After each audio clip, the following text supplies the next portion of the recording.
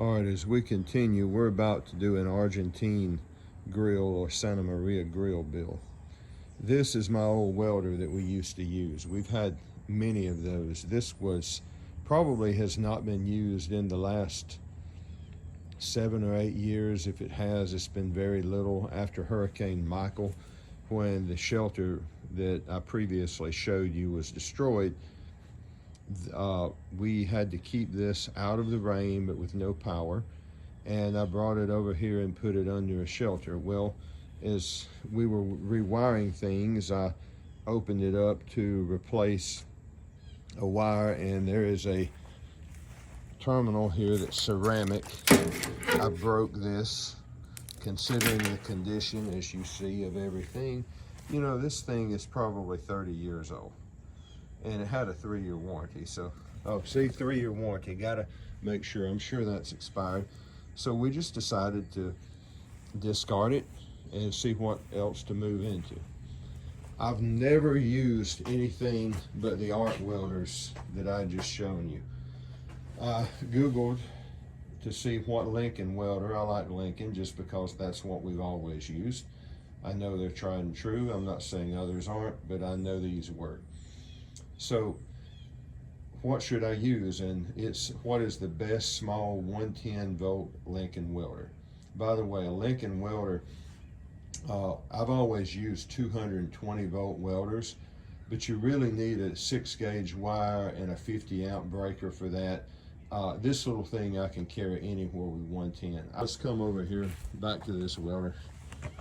Well, it's to the dump for you, my friends. All right, now the project. We always talk about here being creative, looking at what you have and using what you have. So let's start with this. This is off of an old long peanut picker. I'm 49 years old, and this particular piece of metal was on a peanut picker that had already been discarded before I was born in 1976. I would say it's probably from the late 40s or the early mid 50s, but there it is. It was somehow, I had it on a project I had tried to build when I was just out of high school, and I never finished it, so here it is. These are cattle creeps. Oh, look at this. Here's Willow. Hey, Willow. She's excited. Yes.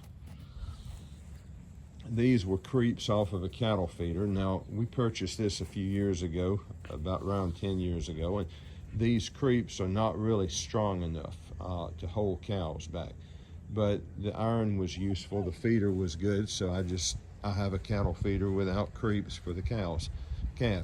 Well, I'm going to take these, and you'll see later, spin it around and use these for legs. I mean, it fits. It's very sturdy. It's welded. The iron's good. Why would I not use what I have? Okay. This is something a friend of mine brought from the dump one day. It had a goldfish tank on it, but okay, it's free metal. It's a good stand. I believe you call it a brasero. I need to go back and research that, but when you cook with fire, you need coals, and you need something to put the wood in to allow it to burn down. Once more, let's look at what we have. Let's use what we have, and let's try to save money and just stretch our resources. If you've got the money, go buy a $5,000 or whatever the cost is grill, but I don't like the ones I see for $400 and $500. They just seem like they won't last. So I'm excited about this build. We'll continue soon.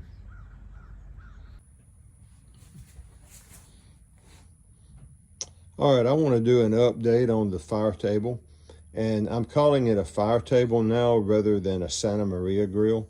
On a typical Santa Maria grill, I would go across the top and have a spindle, use one of these wheels and put the ratchet on it and be able to raise and lower the grate here that I'm cooking on.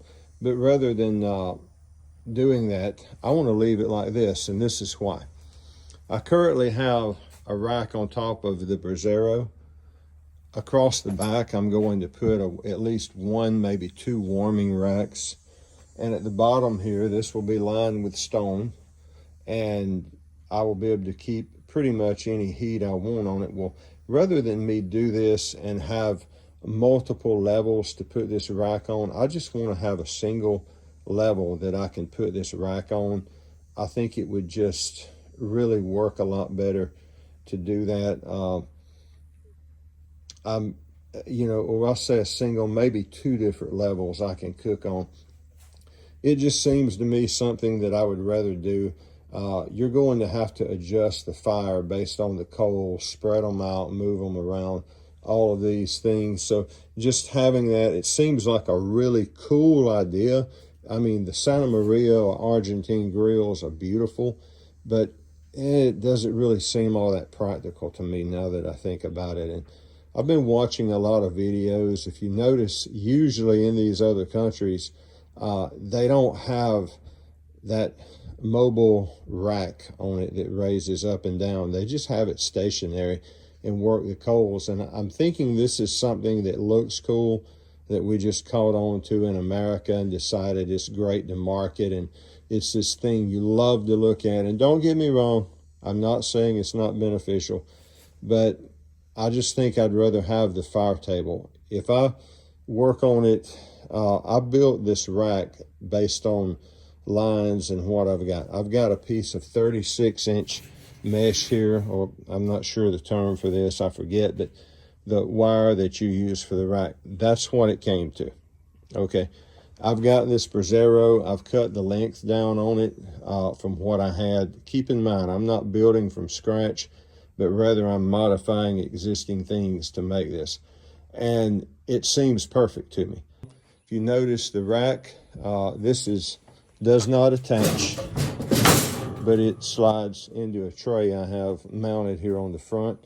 That keeps it about 6.5 inches over the stone. I've decided to remove some of this stone and come back in with a 2-foot square solid piece, which would almost completely fill this up. Then I want to take the Brasero over here. I need to do a few modifications to it, put a rack on top, mount it. I mean, this thing is going to be beautiful. You'll notice on top here as well, we have a rack installed for keeping meat warm when we want it off the fire. And on top, this lovely little horseshoe. Now, this horseshoe is actually from probably the late 1800s, after the Civil War, when northern logging companies would come down and basically log the entire South. Some of you are familiar with this historical event. It had to take an army of men. Across our farm, there are actually places where old railroads once existed. And not only were these railroads there, these mounds were built up with shovels, just an army of men. So many trees, they needed train cars to haul them out. And they would cut these down with axes and saws like the one you see in the background. These were all over the farm. So no telling how many of these we used to acquire this lumber, but I'm sure the size of this horseshoe, it would have probably come off of a mule they used back then to pack the lumber out. So I just find this fascinating, but hopefully I'm going to have this thing finished in the next couple of days. I've got a good friend, Haman from Rio. He makes some phenomenal picanha. We need to see if we can get him over here and test this out. I'll probably mention that at least 12 more times in this video, but that's okay because he is a phenomenal cook. And anyway, hope all is well with everyone. All right, get back with you later. All right, guys, we're taking a final look at the fire table. The only thing that has to be done now, I need to move it into its proper place. I'll take a lot of this weight off. The racks come out as well as the Brasero, so it won't be as heavy to move. Once I get it there, I want to put some fire paint on it, the same that I put on the smoker. You can buy it at Home Depot, Lowe's, Amazon, or any hardware store pretty much will have it. But what we're looking at here is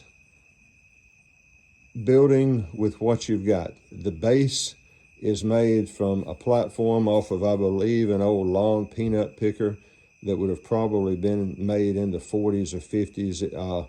This was junked before I was born in 1976.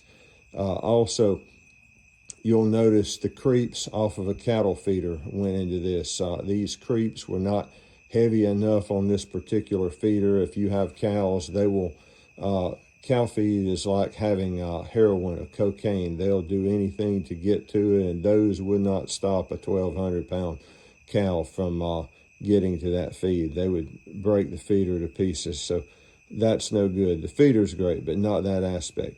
We also have pieces of rebar and iron off of old gates that were bent up in a working pen that we had stopped using. These are probably 20 years old. It's got grill racks, 3 on it, from a grill that I discarded maybe 10 years ago.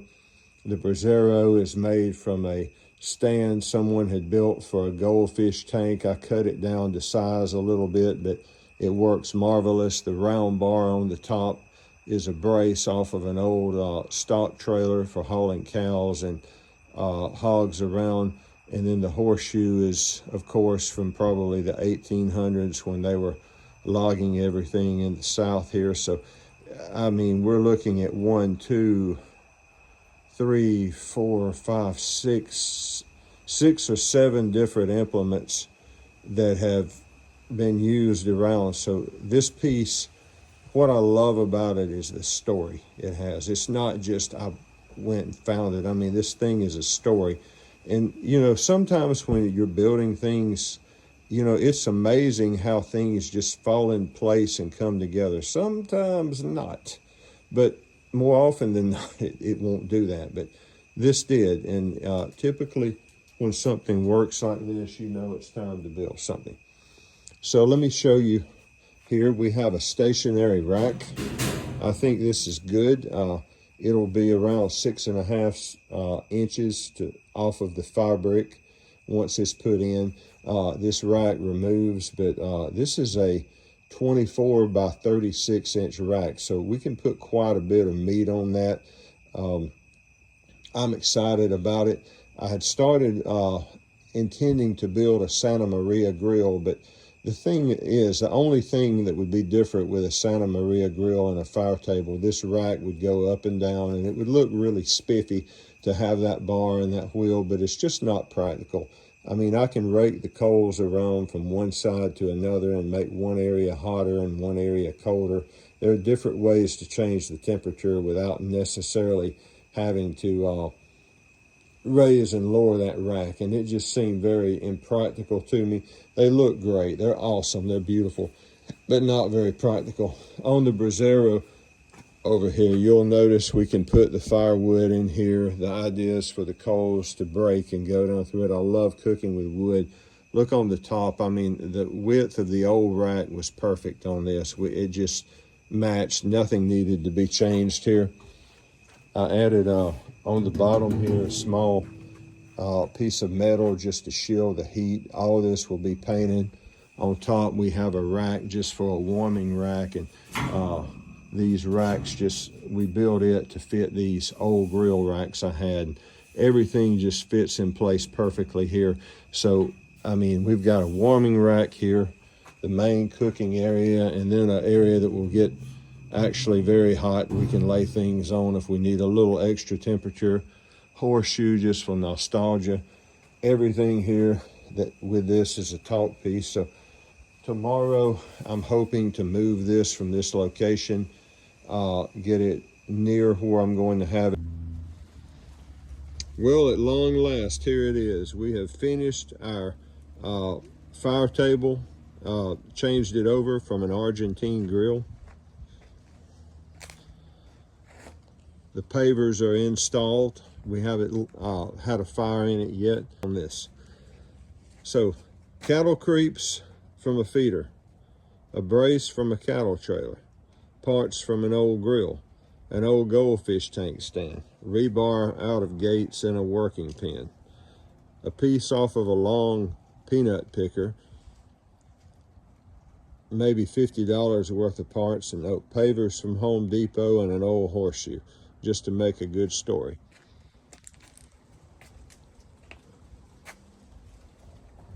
So the point I'm trying to make here is that when you use your imagination, look at what resources you have. Think about it. What can you build with what you got? Over here, same thing. An old drainage pipe, some old concrete blocks. It's all about having time to get together with friends and family. Anyway, until next time, thanks for watching, and I hope that you've enjoyed the video.